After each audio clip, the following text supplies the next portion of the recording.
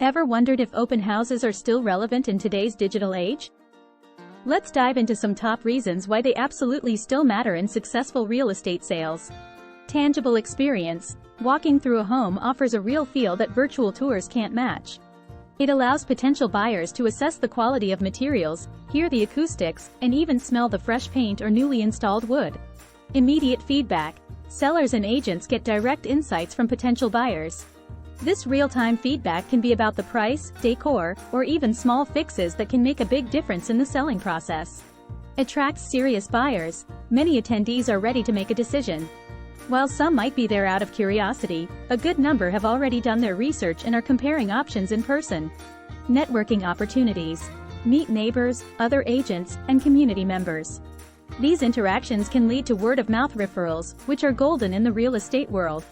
Creates a sense of urgency. Seeing others interested can motivate faster offers. When buyers see a crowded open house, it signals high demand, potentially leading to quicker and higher offers. That's a wrap. Dive deeper into the world of real estate with us and discover the magic behind every door. Until next time.